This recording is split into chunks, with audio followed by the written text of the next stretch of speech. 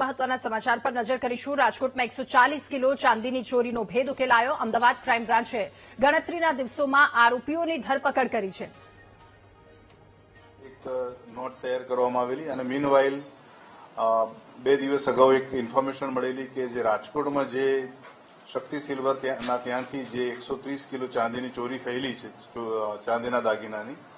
એ પૈકીની અમુક જથ્થો અમદાવાદ ખાતે આવેલો છે અને ગીતા મંદિર પાસે એક મોબાઈલ શોપમાં મોબાઈલ રિપેરિંગનું કામ કરતા પ્રદીપ પ્રજાપતિ નામના વ્યક્તિ પાસે જથ્થો છે। આ જે માહિતી છે એની ખરાઈ કરવામાં આવી અને ખરાઈ કર્યા બાદ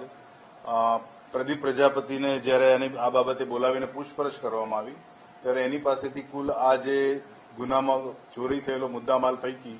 40 કિલો મુદ્દામાલ અમને જે તે પરિસ્થિતિમાં મળેલો છે, જે આ ગુનાના કામે કબજે કરવામાં આવેલો છે। આ જે સમગ્ર બનાવ જે છે એ 3 અને 4ની રાત્રિએ રાજકોટ ખાતે બનેલો અને આનો જે મુખ્ય સૂત્રધાર જે છે આ ગુનાનો એ છે મુકેશ રામારામ પ્રજાપતિ, જે પ્રદીપ પ્રજાપતિનો મામાનો દીકરો થાય છે અને આ જે મુકેશ પ્રજાપતિ છે એ હાલ તરસાલી વડોદરા ખાતે રહે છે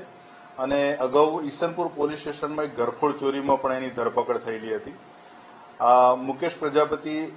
પાસે આ ગુનામાં જે ચોરીમાં ગયેલો મુદ્દામાલ છે બાકીનો એની પાસે પણ છે,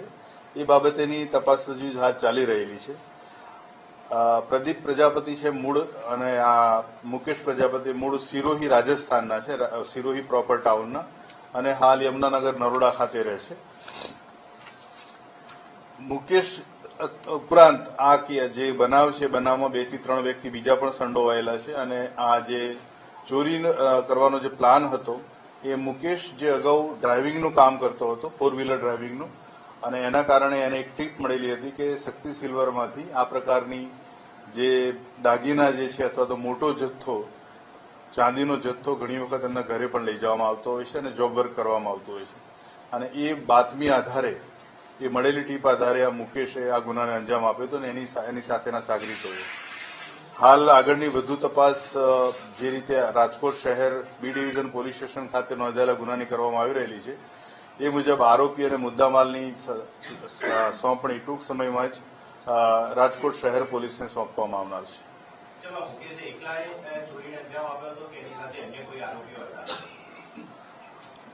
મુકેશ અને જે મળેલી ટીપ મુજબ એના ઉપરાંત 2 થી 3 જણા એની સાથે સામેલ છે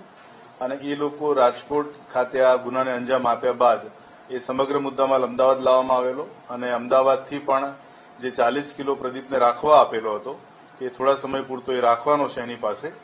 અને બાકીનો જે 80 કિલો મુદ્દામાલ છે એ પણ એમણે રાખેલો અમદાવાદમાં, પણ ત્યારબાદ જે પ્રકારે પ્રાથમિક માહિતી મળેલી છે એ મુજબ એ માલ પણ એમણે, જેમ કે અત્યારે મુકેશનું કોઈ લોકેશન નથી, હાલ એની તપાસ તજવીજ ચાલુ છે, તો એ સાથે મુદ્દામાલ પણ એના પૂરતી માહિતી સીમિત છે કે હાલ એ મુદ્દામાલ મુકેશે ક્યાં સંતાડેલો છે।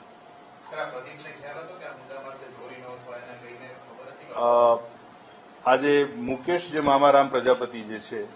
એ પ્રદીપના મામાનો દીકરો થાય છે અને એણે જે પ્રકારે આ ચોરીનો મુદ્દામાલ જે આપ્યો એને ખબર હતી કે આ ક્યાં કાંડ કરીને આવીને દઈને આવેલો છે, કારણ કે આટલો જથ્થો એક સામાન્ય ડ્રાઇવિંગ કરનારા વ્યક્તિ પાસે ન હોઈ શકે।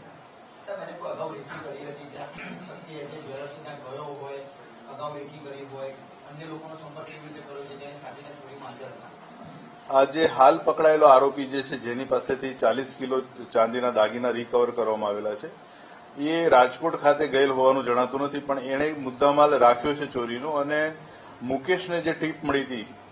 સિલ્વર પેલેસની એ મુકેશની ધરપકડ બાદ બાકીના કેટલા અને કેવી રીતે એમને ટીપ મળી અને રાજકોટ ખાતે જઈને કેવી રીતે એમણે ગુનાને અંજામ આપ્યો એ વધુ માહિતી મળશે।